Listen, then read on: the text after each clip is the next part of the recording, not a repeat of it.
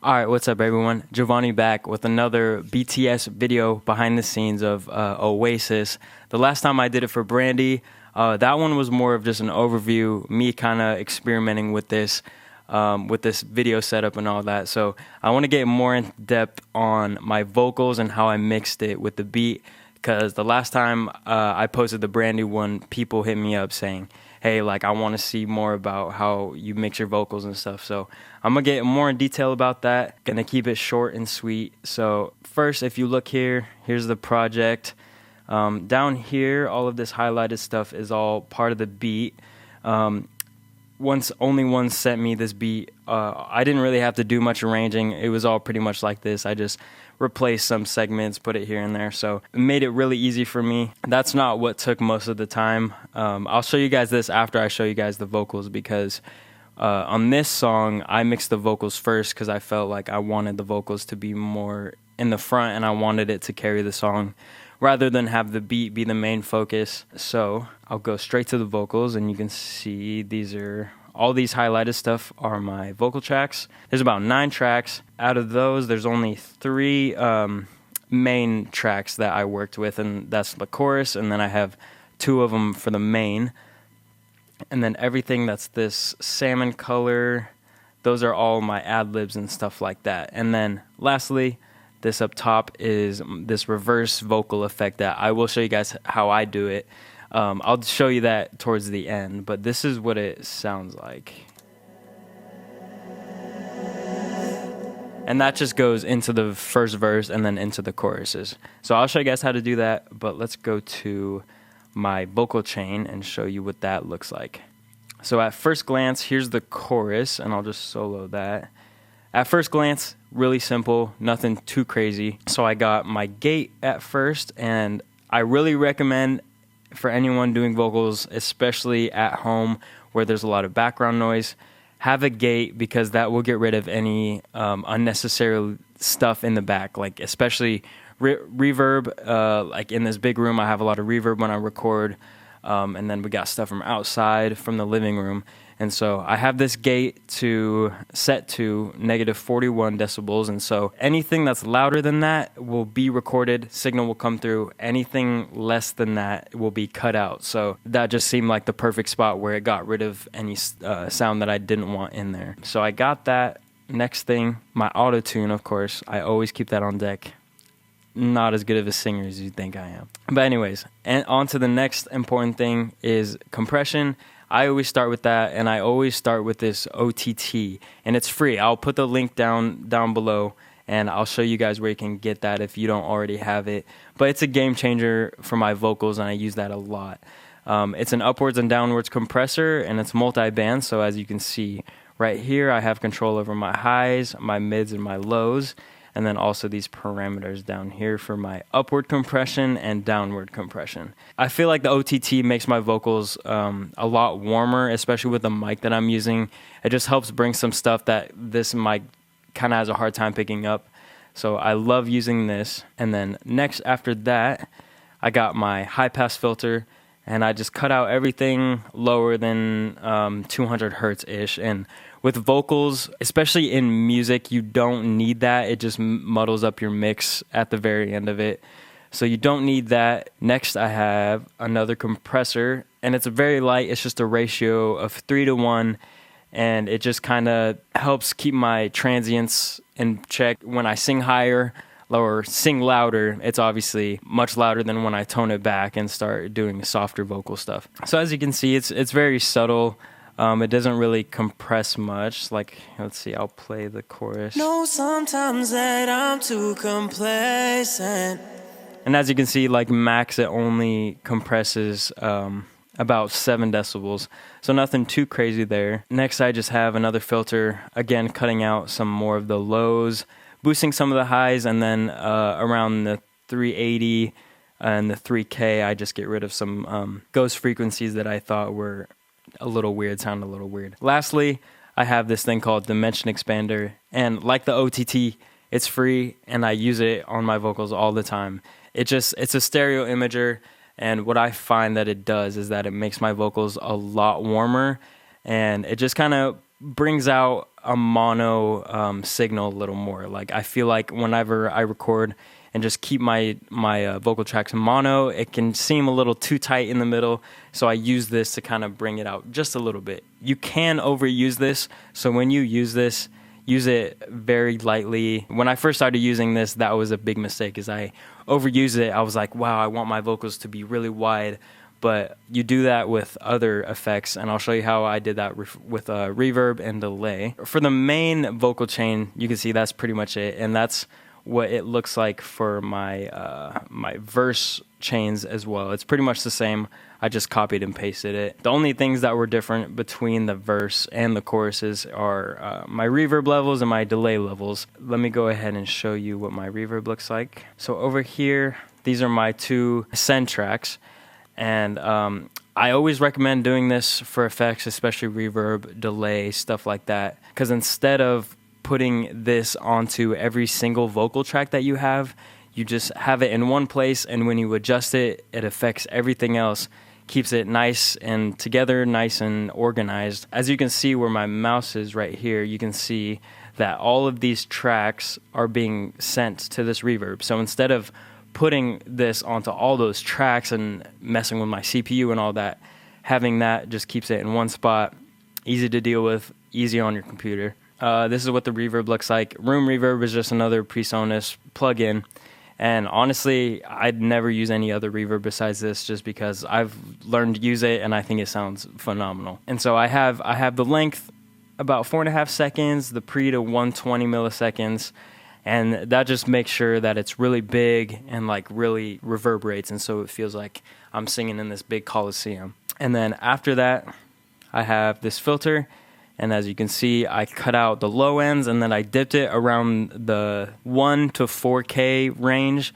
And that's just to get rid of any of the low end. You don't want that in your reverb. And then your like P's, T's, and your tss. You don't want that in your reverb because that can really mess with your lead vocal and just distract from what you're actually saying. So you want the reverb to really just accent what you're doing rather than take over. I always say always do an EQ after your reverb just to make sure that it's tight, because, you know, there's so many parameters on a reverb that it's kind of hard to get out some of the stuff. So EQing after that can really help. So after the reverb, I have my delay send, and as you can see, pretty simple again. I just have this beat delay with set at a quarter of beats, and then I have it ping pong left to right, feedback very subtle, and then with the high cut, I just cut out everything above 2.5K, and that's just to get rid of unnecessary frequencies that you don't really need to hear. And then after, I have another EQ, and the EQ is pretty identical to the EQ that was on the reverb. Cut out the lows, cut out everything between the 4K ish. Everything is subjective, keep that in mind. But I just felt like in this song, that's what it took. And that's all the effects that I have for the whole song, honestly. Like only FX sends for the vocals. I didn't really feel like it needed much else besides that. Kept it pretty simple and it seemed to work effectively. So I was pretty happy about that. Moving to the background vocals, you can see these salmon colored ones again. The vocal chains on these are actually, which I rarely do this, but they're actually just the same vocal chain as the main tracks, and I just duplicated them. And the only things that were different were the EQs that I put on them. So as you can see right here, this is looks different than the one that was on the main. And that's just to accent what I wanted in my background vocals. I didn't really need it to stick out. I just wanted it to complement my main vocals. So didn't have to really do much with the sends right here. My reverb's a little different, delay's a little different. And on some tracks, I don't even have any effects sends. So it just kind of depended on what I wanted. So here, I'll show you a little sample of what the background vocals sounded like. Do what we had until I can feel alive again. So just by listening to that, you can tell that nothing crazy was in the background vocals. They literally just sound like my main tracks. They're just panned left and right and a little quieter. So there was nothing crazy that was done with that. It was just strategic layering. So after that, the only thing else I want to show you regarding the vocals is this reverse vocal effect, and I'll show you how I do that. Again, this is what it sounds like. Last few weeks I can't seem to move along. So it really just builds that tension, and you can hear it a lot in a lot of R&B music that I listen to, especially. That's where I learned it from. So what I do is it's very simple. So especially in Studio One, I don't know about other DAWs, but in Studio One, I figured out how to do it very easily. So over here, this little I click that, and you can see when I click on a clip, it brings up this event effects, which allows me to put effects on one single clip within a track without it affecting the entire track. So what I did with this reverse vocal, since it was coming into this first verse, I duplicated this little clip that I have, and then I moved it over out of the project where it didn't affect anything else. So once I did that, make sure that's highlighted, and then under this event effects, I'll just put in that reverb, and then what I did, that's just the default settings in there. So what I did was I went back to my Vox reverb that I had for the entire track. I copied the settings, pasted it into here, so then it put the same settings in there, and I go back to this clip, and then I add under this render thing, which we're going to do in a second, I put a 15-second tail since reverb has a tail and it slowly goes out. I add the tail just for 15 seconds. It's a little long, but just in case, never hurts. So I render it. It'll take a second. And you can see that the clip is extra long, and this is what it sounds like. Sounds weird, right? But you can see where this is going. I'll just right-click on it. I'll reverse it, and then you can see that it just the reverb builds up into the vocal. And that's pretty much it. After that, all I did was I cut it up, and then I just ended it where I wanted it to. And so again, this is what it sounds like. Know sometimes that I'm too complacent. And you can see why it's one of my favorite things to do vocally. It made that chorus sound huge without there being any music behind it. It just had that big build, and so one of my favorite go-to mixing techniques. But that's it for the vocals. After that, I just slowly added stuff in. Everything instrumentation-wise was very easy to mix because Zach mixed it phenomenally, had everything sounding crisp and good just the way I like it. So as you can see, I had, on this main sample, I just added some filters to it, and then, added some reverb and delay to these little effects. And again, I sent it to the same delay and reverb. It just made it super simple. I was just like, okay, I want to send this there. And so that prevented me from having to open up a new delay, a new reverb, and mess with it. And so when it comes to the drums, actually, I really didn't have to do much, just filter some stuff. See, even some tracks, like this perk track, doesn't have anything on it. After I did the vocals, mixing the beat was actually pretty simple. That's what my vocal tracks look like.